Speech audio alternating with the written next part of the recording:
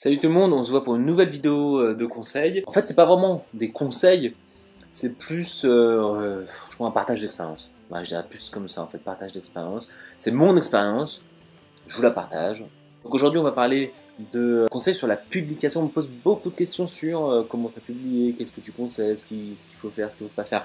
Alors, c'est que mon retour d'expérience, hein. Je sais que je l'ai dit, je le répète. Hein. C'est voilà, moi je donne moi ce que j'ai vécu, comment je l'ai vécu, ce que j'ai appris, et voilà. Et puis dans les commentaires, n'hésitez pas si vous avez d'autres expériences à partager. Alors c'est vrai que pour publier un roman, en gros, il y a 4 chemins que moi j'ai en tout cas constaté. Il y a vraiment les grosses maisons d'édition, Gallimard, Folio, etc. De ce que je vois, de ce que j'ai entendu, des gens qui travaillent là-bas, avec qui j'ai pu discuter, clairement ils m'ont dit que ouais, ils reçoivent je sais plus, 4000 manuscrits par an, ils en publient je sais plus 5, je crois que c'est ça environ les chiffres.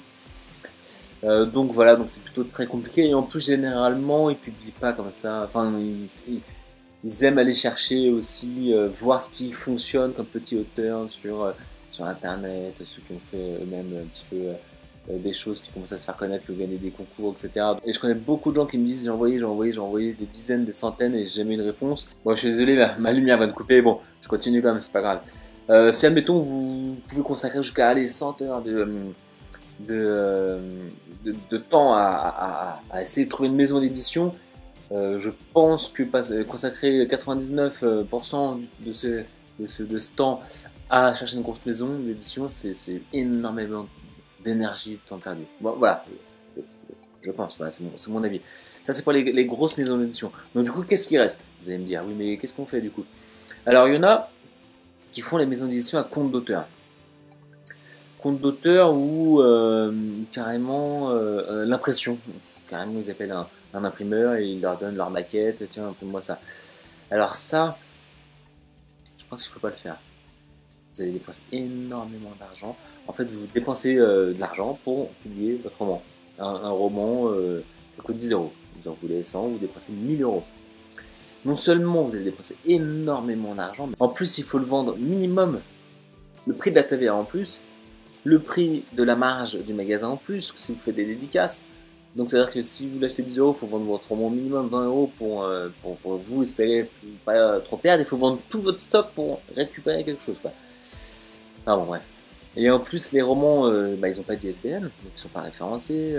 Donc bon, moi, chacun fait ce qu'il veut, mais honnêtement, je pense pas que ce soit une bonne solution. Pareil. Moi, je déconseille. Voilà. Ensuite, on a les maisons d'édition qu'on appelle participatives. Alors, en gros, c'est les maisons qui vous disent, bah, on publie votre roman, c'est pas compte d'auteur, mais il faut un peu participer. On vous en publie 1000. Et il faut que vous payiez, vous avanciez les 200 premiers. Et après, quand il y en aura 200 vendus, on vous rembourse. C'est à peu près ça. Puis après, en fonction des maisons, ça va être 180, 250. Bref. Mais franchement, déjà, ça fait quand même une certaine somme à sortir. Parce que généralement, les romans comme ça, pour les jeunes auteurs, franchement, c'est 20 balles à peu près. Et ils vous demandent à peu près 200. Donc ça fait 4000 euros à sortir quand même. Déjà. Ensuite, il faut vraiment les vendre les 200, hein. C'est pas aussi simple que ce qu'on croit. Donc, moi, mon premier roman, qui est sorti en 2008, vers là, je crois, il était dans une maison d'édition participative, édition TOT. Et clairement, moi, j'ai pas aimé l'aventure. Pas du tout aimé. Le roman il coûtait 19 euros, donc je trouvais que c'était super cher pour... Moi, ça me gêne de vendre en tout cas 19 balles. Voilà. Vraiment, ça me gênait. Voilà. La couverture, ils l'ont choisi pour moi. Mais ça m'a gonflé aussi. Parce que ça laisse penser que c'est que un roman d'arts martiaux. Or non, ça parle beaucoup aussi de l'évolution du personnage. Ouais, cet adolescent qui se cherche en fait, quoi. Enfin bref, bref. Ensuite là, comme c'est des arts martiaux, ils ont pris quelque chose, un mot en chinois, et ils l'ont foutu là, et ils savent pas ce que ça veut dire, j'imagine, hein. Bien sûr qu'ils n'ont pas recherché. Hein. Bref, donc j'ai pas trop aimé. Je dois vous avouer, puis il n'y a aucun suivi, hein. Bien sûr, aucun suivi. Et quand j'ai voulu chercher une autre maison d'édition, j'ai eu 2-3 autres maisons, alors je me rappelle plus, c'était en 2008, 9, 10, vers là. Pour mes autres romans, toutes avaient à peu près le même système. Toutes les maisons qu'on trouve facilement sur internet, maisons d'édition publier son roman, toutes c'était ça. Après, on peut faire jouer un peu le contrat, allez, c'était pas 4000 euros, c'était 3000 euros à avancer, bref. Mais ça restait la même chose, donc j'ai dit non à tout le monde. Ensuite, il y a une autre maison d'édition, c'est l'autopublication. Alors ça, on en trouve aussi sur Internet, alors, je ne me rappelle plus les noms de tous. Faut vous cherchez sur Internet, maison, autopublication, vous en trouvez plein. J'ai plus les noms en tête là. Alors, j'ai tenté l'aventure en 2013, et je dois avouer que moi, je suis plutôt satisfait.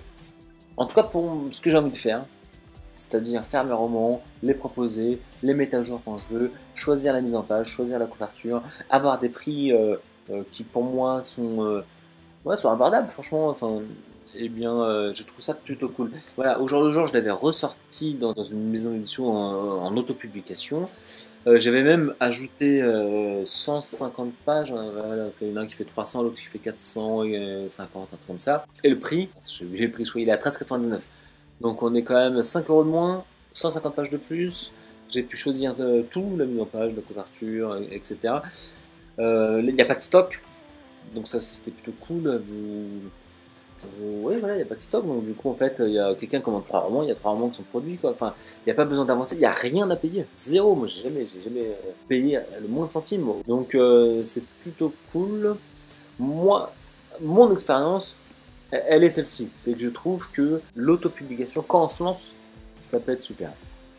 Ça peut être super parce qu'on paye rien, on a directement une expérience, on peut partager directement avec ses proches, rien que c'est partager avec ses amis, sa famille, les gens qui veulent le lire, etc. C'est super cool. Donc on peut avoir un premier retour des lecteurs, etc. Et puis, je me dis que les grosses maisons d'édition, admettons franchement, vous vendez 3000, 10 000 romans en autopublication. Quand vous allez frapper à la porte de Gallimard, moi je pense qu'ils vont au moins prendre le temps de lire votre roman.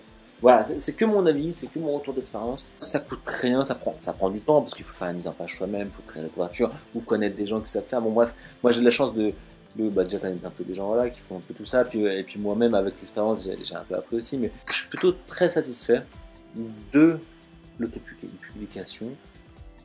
Par an j'en vends, c'est dur à dire à chaque fois, 1000 à peu près, donc, mais ça prend du temps, ça prend beaucoup de temps, non, peut-être 1000, entre 500 et 1000. Entre 500 et 1000, pas 500 000. Bref. Et, donc voilà, moi je suis plutôt satisfait, très satisfait. Et puis si un jour il y a Gallimard qui fait oui bonjour, allô monsieur Seignon, bon voilà, ça serait cool, et puis voilà, on verra. Mais moi voilà, pour quelqu'un qui veut juste faire sa passion, c'est ce que je recommande moi personnellement. Après peut-être que d'autres personnes disent ah non, faut pas, surtout pas, etc.